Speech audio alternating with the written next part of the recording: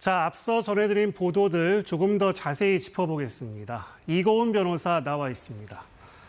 먼저 오늘 전성배 씨 재판에서 상당히 많은 얘기가 나왔습니다. 이거 좀 정리를 해주세요.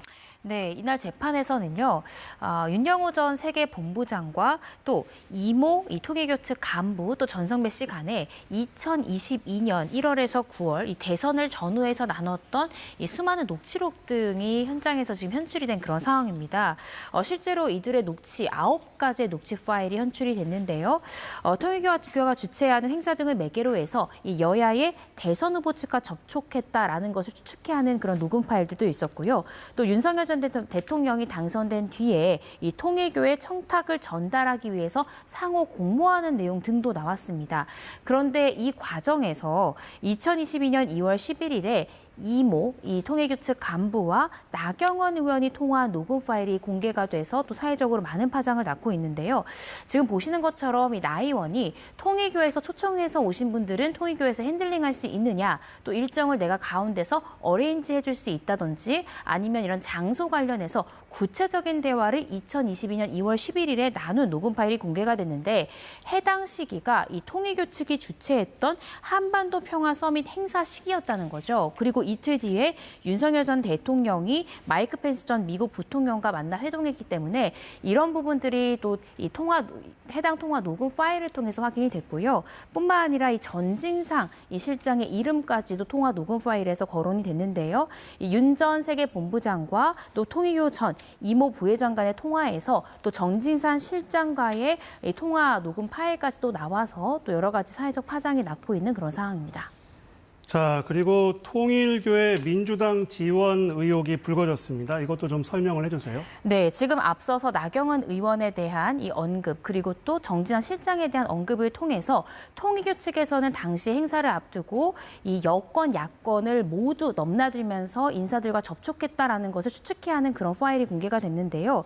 뿐만 아니라 윤영호 전 본부장이 자신의 재판에서 이 통일교가 민주당 소속 이 국회의원 2명에게 2018년에서 2020년 수천만 원 정도를 지원했다라고 나는 지난 8월에 특검에 진술했다라는 것을 밝히면서 큰 논란이 되고 있습니다. 그리고 재판 과정 중에서도 2017년에서 21년 이때 당시가 문재인 정권이었는데 이때 당시에는 국민의힘보다 민주당과 더 가까웠다. 현 정부의 장관급 4분과 내가 접근을 했고 이분 중 2분이 하나자 총재에게도 갔다라고 진술을 해서 또 많은 부분이 지금 파장을 낳고 있는 그런 상황입니다. 내일 윤영호 전 본부장의 결심 공판이 있는데요. 여기에서 윤 씨가 정치인들의 실명을 공개할 가능성도 거론되고 있죠? 네, 그렇습니다. 지난 5일에 있었던 것이 윤영호 전 세계본부장의 재판이었는데요. 이때 당시에도 제가 말씀드렸듯이 지난 8월에 본인이 민주당 측 인사와도 접촉했던 부분에 대해서 특검에 진술을 했음에도 불구하고 굉장히 편파 수사를 했던 것이 아니냐라는 의혹을 제기하기도 했습니다. 5일에 있었던 재판 과정 중에 재판장에게 내가 특검에게 거론했던 현 여권의 인사들의 실명을 거론해도 되냐라고 물었고 재판장이 승인했음에도 불구하고 자신이 진술하면 많은 파장이 나을 것 같아서 좀 고민이 된다라는 취지로 진술을 꺼렸는데요. 아마 최후 진술 과정에서 이 해당 인원들에 대한 실명을 거론할 가능성까지 예측해 볼 수 있는 그런 상황입니다. 그리고 그 특검이 작성한 수사 보고서에 전재수 해수부 장관의 이름이 포함된 것으로 알려졌다는 보도가 나왔죠? 네, 그렇습니다. 지금 해당 윤영호 전 본부장이 특검에 조사를 할 때 이 지금 전재수 장관에 대한 이야기까지 했다라는 겁니다. 이 전재수 장관에게 윤 전 본부장이 2018년에서 2020년 사이에 약 3천만 원에서 4천만 원 상당이 담긴 현금 상자를 전달했고 또 2점의 명품 시계도 전달했다라고 특검에 진술했다는 것이고요. 구체적인 시계 브랜드까지 특정해서 이야기를 했다는 겁니다.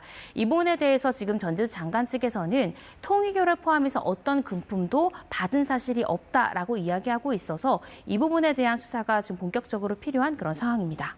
네. 그리고 김건희 특검이 통일교의 민주당 지원 의혹 사건을 경찰에 이첩했습니다. 이게 뭐 경위가 어떻게 되는 겁니까? 네, 사실 지금 문제가 되는 것이 윤영호 전 본부장이 지금 특검팀에 이 민주당 측의 의원과 접촉했고 또 금품을 줬다라고 진술한 시기가 12월이 아닙니다. 지난 8월이라는 것이죠. 그런데 이때 당시에 이 부분에 대해서 특검이 전혀 언론에 알리지도 않았고 수사를 본격화하지도 않았습니다. 그래서 이 부분 관련해서 특검이 이 편파 수사를 한 것이 아니야라는 의혹들이 나왔는데요. 이 부분에 대한 특검은 지금 해당 진술을 받았을 때 우리가 내사 사건 번호를 부여를 했고 별도의 사건 기록을 만들었는데 이 부분은 우리의 수사 사항이 아니라고 생각해서 굳이 수사를 하진 않았다라는 것이 특검 측의 입장입니다. 그런데 문제가 되는 것이 일부 언론 보도 내용에 따르면 실제로 내사 사건 번호를 부여하고 기록을 조제했던 시점이 11월이라는 거죠. 따라서 11월이기 때문에 최초 진술을 들었던 시점으로부터 내사 사건 번호를 부여했던 시점이 굉장히 상당 부분 떨어져 있다. 이런 부분들이 지금 논란이 되고 있는 그런 상황입니다. 그럼 내사 사건 번호를 부여하는 게 상당히 의미가 있는 모양이죠? 네, 내사 사건 번호를 부여해야만 예를 들어 특검팀이 내가 수사를 할 수 없다 하더라도 지금 이 해당 사건들을 국수본으로 넘긴 상황인데 사건 번호가 나와야만 다른 수사기관으로 이첩할 수 있는 상황이기 때문에 네. 이 내사 사건 번호를 부여한 시점이 굉장히 중요하다라는 생각이 듭니다. 네. 결국 뭐 늑장대처럼 지적을 피하기 어려워 보이는데요. 법조계에서는 어떤 얘기가 나옵니까?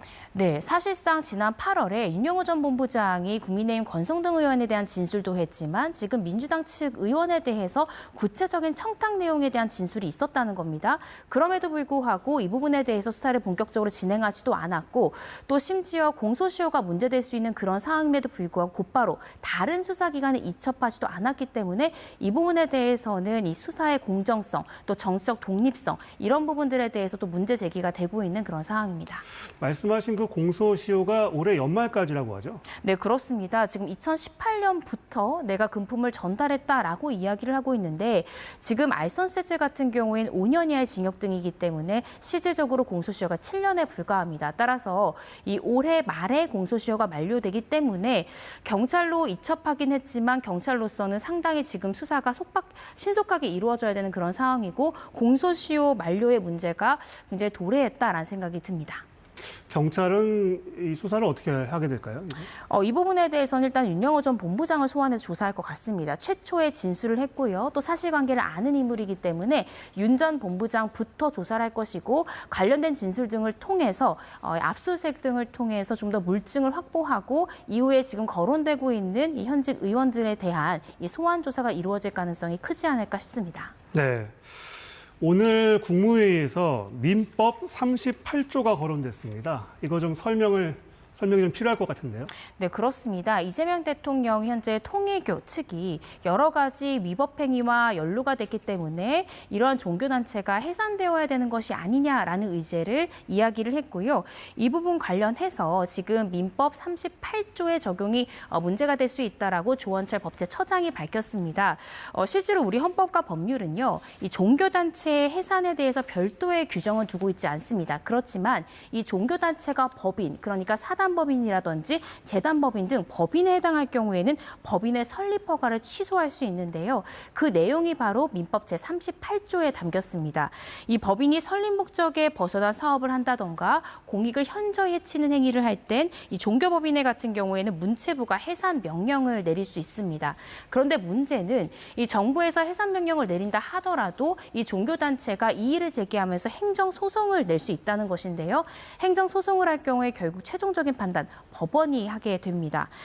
지금 실제로 이것이 만약에 소송에 가게 될 경우 결국에 이 교인들이 집단적으로 특정한 당에 가입했다라는 부분 또 불법 정치자금 이러한 문제가 과연 공익을 현저히 해치는 행위로 해석될 수 있는가 또 헌법에서는 해칠 수 없는 이 자유 중에 종교의 자유를 굉장히 크게 보고 있기 때문에 과연 해산을 할 만큼 현저히 공익을 해쳤는가 종교의 자유라는 부분에 대해서는 문제가 없는가 이 부분에 대해서 또 굉장히 쟁점이 될 수 있는 부분이고요. 네. 사실상 행정소송에서 정부가 이기기는 여태까지 판례상 검토해봤을 때는 쉽지 않을 것이다라고 예측해 볼 수 있을 것 같습니다.